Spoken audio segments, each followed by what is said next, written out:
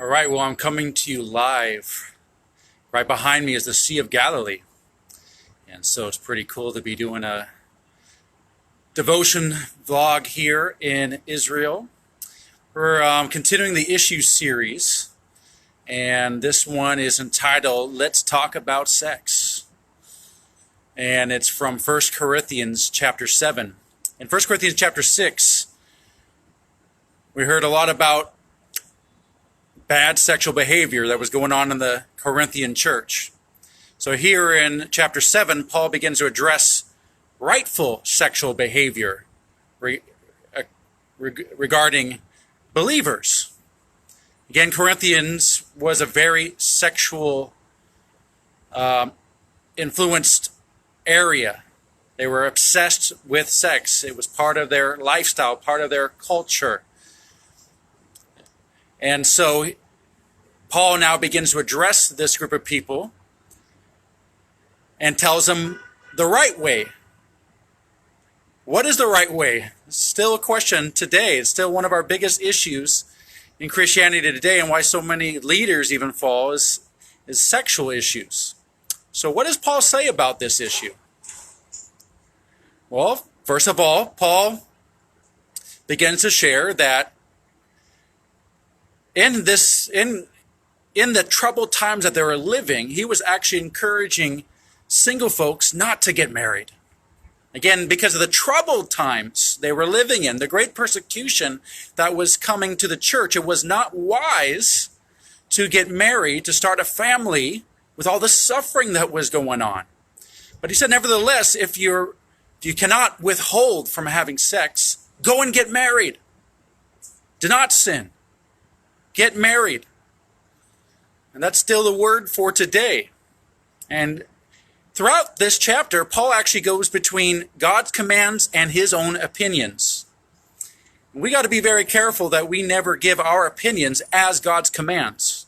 We got to make it clear to people that when we are sharing our own thoughts, what we think is right, we got to make sure it's clear from what God clearly says in his word. So there are commands that are clear in the word, and there's opinions that we come up with our own interpretation. So until we fully know what the word of God says about a matter, let's tell people, hey, this is what I think, not what God says.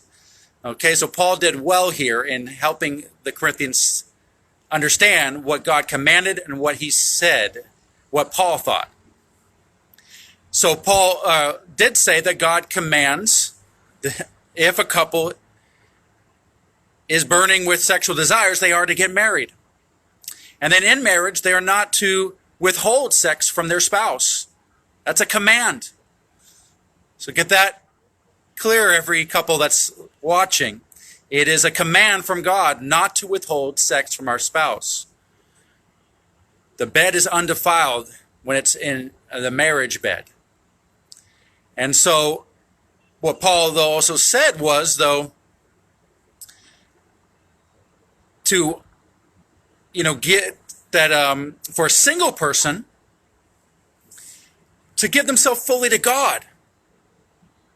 That living a single life gives us a great opportunity, gives those who are single a great opportunity to focus completely on God without distractions of the time that it takes to honor our spouse, to give time to our spouse.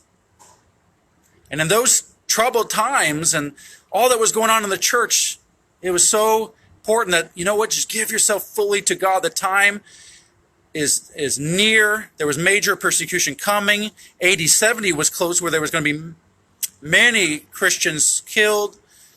So the message of Christ had to be spread, and so they had to give themselves totally to it. Now, overall, we got to understand what God says regarding marriage.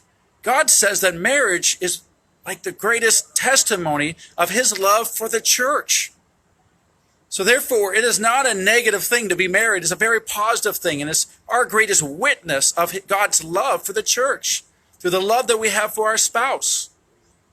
So therefore, when Paul said he encourages his own opinion that the Corinthians do not get married if they can withhold from having sex, that was his opinion. But again, it was for that time and that place. If you have sexual desires, you're to get married. You're to ask God for a spouse, to believe God for a spouse.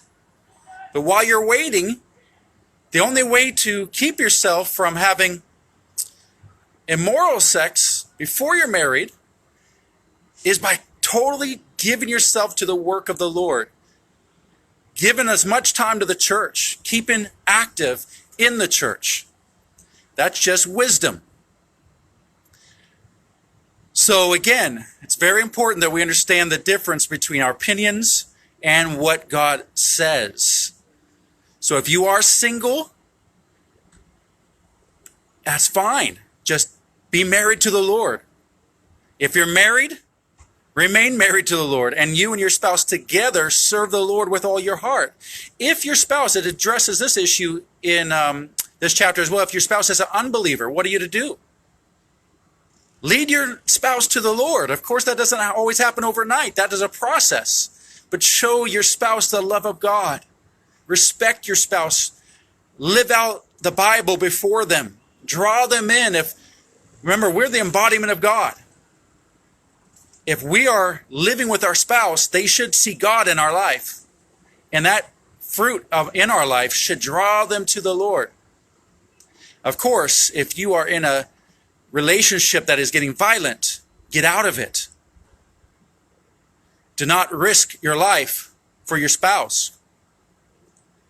So again, I'm here live in Galilee. Behind me it's dark, but if it was light right now, you'd see the Sea of Galilee. I was able to be on the Sea of Galilee today. It was an amazing day. I hope this devotion has encouraged you, and I might be able to do another one from Jerusalem in the next couple days. God bless you, and enjoy your evening.